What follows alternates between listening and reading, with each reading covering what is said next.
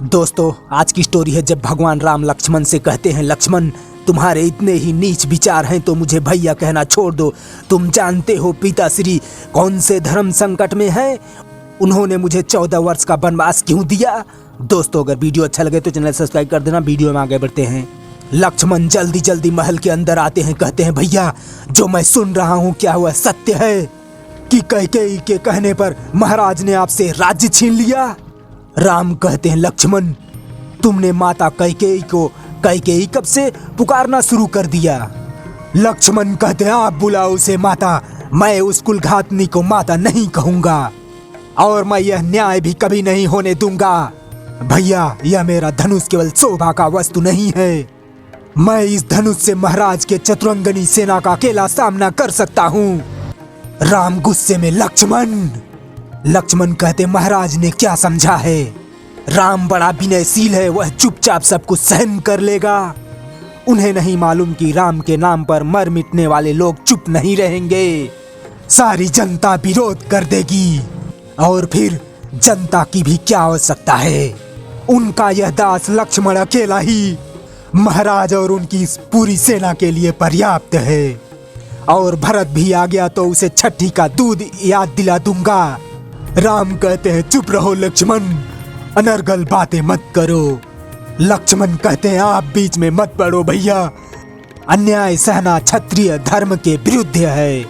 शत्रु वार करे और क्षत्रिय उसका उत्तर ना दे, यह उसकी वीरता पर धिक्कार है। जो राज सिंहासन प्रजा में घोषणा करके आपको दिया जा चुका है, उस राज सिंहासन पर बैठने का अधिकारी कोई नहीं हो सकता, स्वयं महाराज भी नहीं। भैया, यदि आपका यह लक्ष्मण मर नहीं गया तो उस सिंहासन पर महारानी सीता के साथ आप विराजमान होंगे।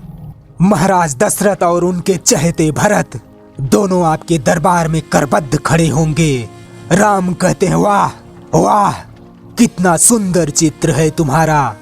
पिता हाथ बांधे सामने खड़ा है और पुत्र अपनी पत्नी के साथ सिंहासन पर बैठा उन्हें आज्ञा दे रहा है। आकाश से उतरकर देवता भी आएंगे इस दृश्य को देखने के लिए। क्या अयोध्या में मानव सभ्यता ने कितनी उन्नति कर ली है? लक्ष्मण कहते हैं, परंतु जब पिता ही अपने आचरण से गिर जाए, अपने धर्मात्मा पुत्र को एक स्त्री के सामने, राम कहते हैं, बस करो लक्ष्मण, यदि तुम्हारे इतने ही नीच विचार है तो मुझे भैया कहना छोड़ दो और आज के बाद मुझे अपना मुंह ना दिखाना। लक्ष्मण कहते हैं, भैया ये आप क्या कह रहे हैं? मैं आपके बिना कैसे जीवित रहूंगा भैया? भैया, आप मेरे भगवान हैं।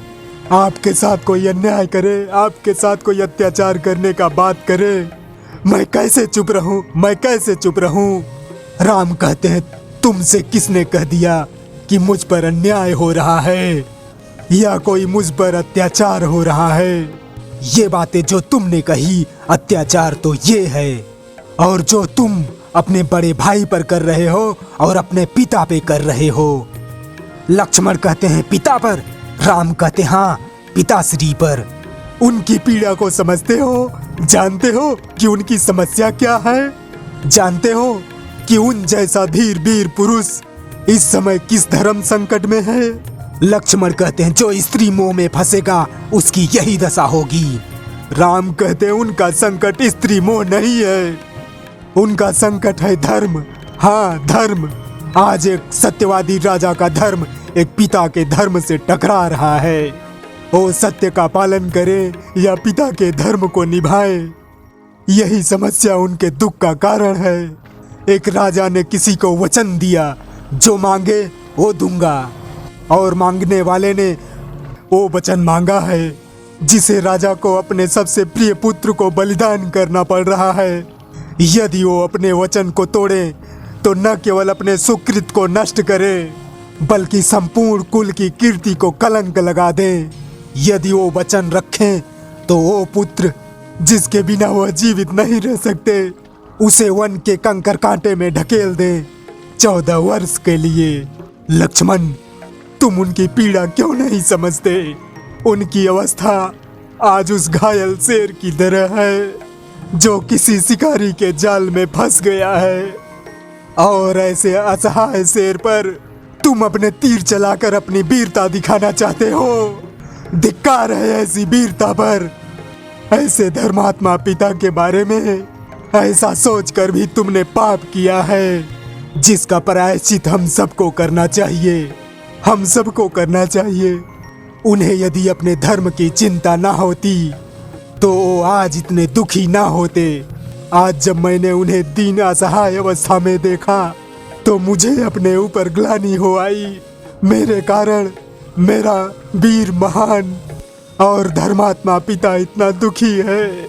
मैंने अपना कर्तव्य निश्चित करने में एक पल की भी देरी नहीं ली, क्योंकि पुत्र होने के कारण मेरा एक ही कर्तव्य है कि मैं वही काम करूं जिससे उनके सत्य और धर्म, उनकी प्रतिज्ञा की क्षति ना हो, बल्कि उनकी कीर्ति बढ़े और उनका यश मलिन ना हो।